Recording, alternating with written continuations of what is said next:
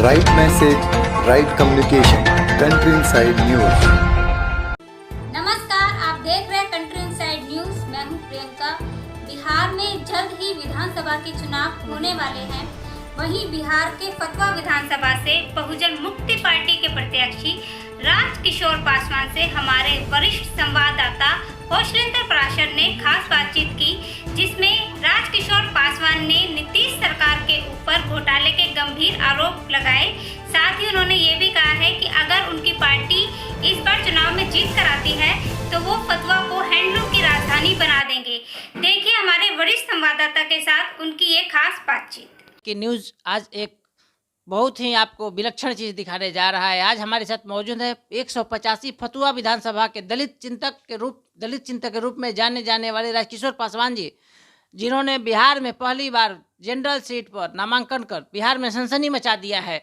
आज इनसे हम जानना चाहते हैं कि फतुहा विधानसभा के जनता को, कल इन्होंने नामांकन दाखिल किया है बहुजन मुक्ति पार्टी के प्रत्याशी के रूप में ये क्षेत्र की, आज जब ये चुनाव के लिए बाहर निकल रहे हैं अपने जनता से मिलने के लिए, इनसे हम जानना चाहते हैं कि जब ये चुनाव जीतेंगे जनरल सीट पर तो बिहार में सबसे पहला बदलाव क्या करेंगे।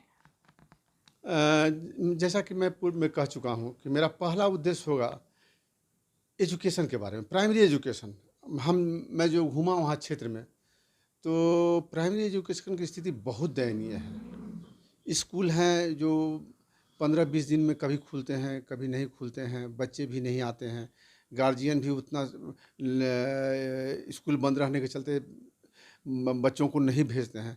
तो मेरा पहला उद्देश्य होगा कि वहाँ टीचर उपलब्ध हों और गार्जियन अपने बच्चों को भेजें, ताकि वो टीचर आए चाहे नहीं लेकिन बच्चे स्कूल में पहुँचें, आदत बने उनकी आने की।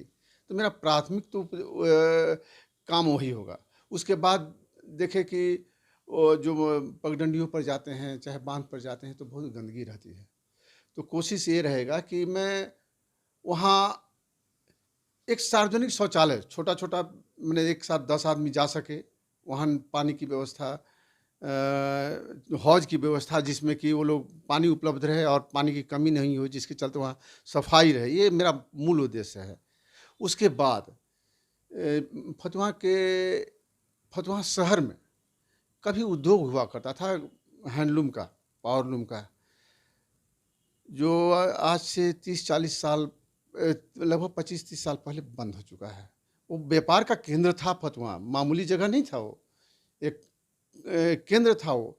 लेकिन सरकार की उदासीनता कहिए या फिर वर्करों की पूंजी की कमी और ट्रांसपोर्टेशन की कमी। पहले वहाँ जहाज़ लगे करते थे जिसके चलते उनका व्यापार होता था, लेकिन अब ट्रांसपोर्टेशन नहीं होने के चलते वो लोग बंदी के कगार पर हैं। तो मेरे कोशिश ये होगा कि उसको खुलवाया जाए। उसमें हमको बहुत ज़्यादा मेहनत नहीं करना होगा। उनके पास सामान भी है, मशीनें हैं, भले आज आधुनिक नहीं हो या उसको आधुनिक करना पड़े, लेकिन स्किल तो है।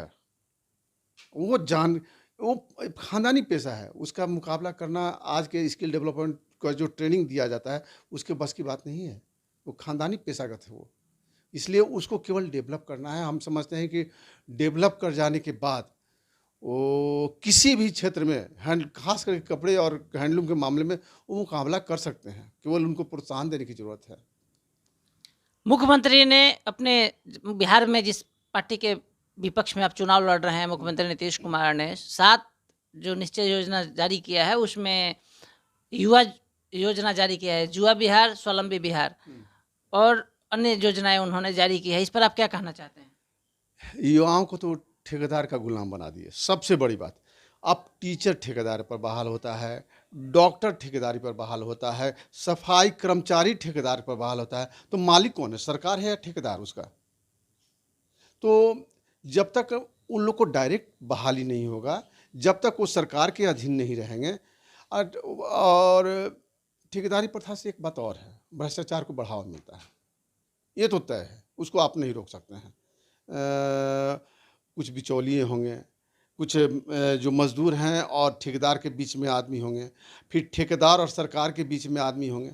उस तरह से वो खर्चा ज्यों का त्यों रहेगा सरकार का, लेकिन मजदूर को मजदूरी कम मिलेगा।